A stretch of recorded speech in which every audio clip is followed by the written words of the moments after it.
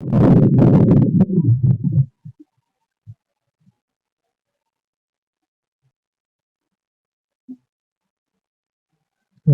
தலைவா, அனைவருக்கும் இனிய வணக்கம். இன்னைக்கு நம்ம இந்த ஒரு வீடியோல ரிசர்வ் வங்கியில வந்திருக்க நகை கடன்களை குறித்தும் தமிழகத்துல எந்த அளவுக்கு நகைக்கடன் தள்ளுபடி அமல்படுத்த போறாங்க, இது குறித்தும் இந்த ஒரு வீடியோ மூலமாக நம்ம பார்க்கலாம். நீங்க நம்முடைய சேனல்ல முதல் முறையா பாக்குறீங்க அப்படின்னா மறக்காம ஒரு சப்ஸ்கிரைப் பெல்ல கிளிக் வச்சுக்கோங்க.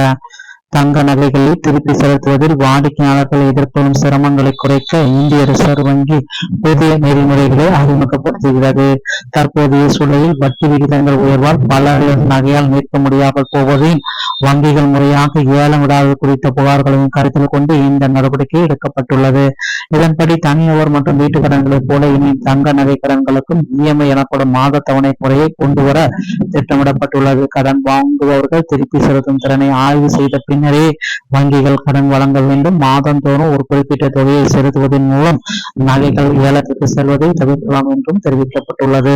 பொதுத்துறை வங்கிகள் மட்டுமின்றி தனியார் நிதி நிறுவனங்களும் இதில் புதிய விதிமுறைகள் பொருந்தும் என்பதால் நகைக்கடன் வைத்திருப்பவர்களுக்கு ஒரு சிறந்த வாய்ப்பாக அமையும். மேலும் தமிழகத்தில் நகைக்கடன் தள்ளுபடி எப்போது அறிவிக்க இருக்கிறார்கள் என்பதை பற்றியும் பார்க்கலாம். தங்க நகைக்கடன்கள்ல மிகப்பெரிய ஒரு 2 மாற்றங்கள் வந்திருக்கு. திடீர் அதிகரிப்பு ஏன்? 51% செப்டம்பர் 30 வரை தங்க நகை கடன் வாங்குவோரின் எண்ணிக்கை 51% அதிகமானது. தங்கத்தின் மதிப்பு தொடர்ந்து உயர்ந்து வருவதால் மக்களின் பொருளாதார சூழ்நிலைக்காக நகைக்கடன் தேவை அதிகரிக்கிறது. பழைய முறையில உள்ள ஆபத்து அப்படின்னா அடமானம் வச்சிருக்கீங்க. பொருளாதார நெருக்கடியால் மக்கள் தங்கத்தை அடமானம் வைக்கிறார்கள். வட்டி அதிகரிப்பு, மாதந்தோறும் வட்டி சேர்ந்து கொண்டே இருக்கும். பெரும் சுமை, கடன் காலத்தின் முடிவில் உதாரணமாக ஒரு இடத்திற்கு அசலும் வட்டியும் சேர்ந்து ஒரு பெரிய தொகையாக வரும். கட்ட முடியாத சூழ்நிலையில நகை ஏலத்திற்கு சென்று வரும். ஏழாம் இறக்குதல முறைகேடுகள். இதில் வாடிக்கையாளர்களை மீட்க முடியாத நகைகள் வங்கிகள் ஏலம் விடுகின்றன. ஆனால் இந்த வங்கிகள் வெளிப்படையாக நடைபெறுவதில்லை. எக்கனாமிக்ஸ் ஆஃப் இந்தியா அமைப்பு வங்கிகள் தங்களுக்கு தெரிந்தவர்களுக்கு ஏலத்தில் தங்க நகைகளை வழங்குவதாக ஆர்பிஐயிடம் மிகப்பெரிய குற்றச்சாட்டு. வெளிப்படை தன்மையிலே உள்ள ஆட்களின் தலையீடு, பொருளாதார அமைப்புகளில் புகார். ஆர்பிஐயின் தலையீடு, அதிரடி நடவடிக்கை, முறைகேடுகளை தவிர்க்கும், வாடிக்கையாளர்களை பாதுகாக்கும் ரிசர்வ் வங்கி 2 முக்கிய கட்டளைகளை பிறப்பிச்சிருக்கிறது. தகுதி அறிதல். முதல்ல கடனை திருப்பி செலுத்தும் திறனை ஆய்வு செய்தல், மாதாந்திர தவணை முறையில் கட்டணத்தை வசூலிக்கும் முறை. ஆர்பிஐ அறிவித்துள்ள இந்த 2 மாற்றங்களால இனி தங்க நகைகளுக்கும் இஎம்ஐ, உதாரணம் 10,000 ரூபாய் ஒருத்தர் கடன் வாங்கினா 2,000 ரூபாய் வட்டி சேர்த்து 12,000 வருட முடிவுல கட்டணும். பழைய முறையில மொத்தமா 12,000 கட்டணும், தாமதமா அதிக வட்டி.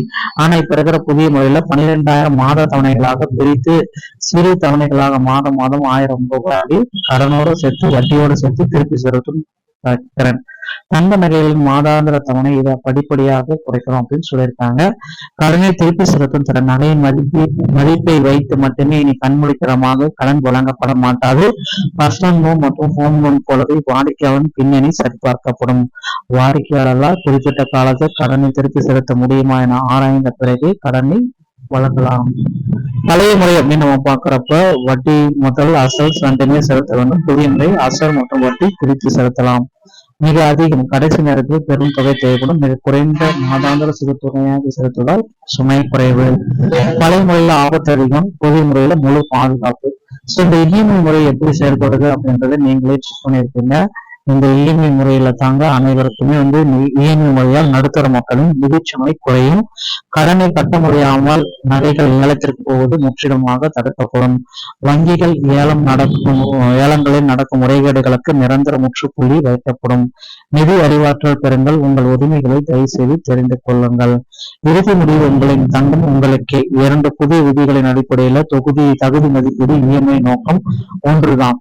எந்த ஒரு சாமானியன் தங்கமும் அநியாயமாக ஏலத்துக்கு போகக்கூடாது. பழைய அடகு கடை முறையிலிருந்து மாறி புதிய வங்கி பரிவர்த்தனை நகையாக மாறுகிறது. இதன் மூலம் கடனாளியை தனது நகையை 100% பாதுகாப்பாக மீட்டுக்கொள்ள முடியும்.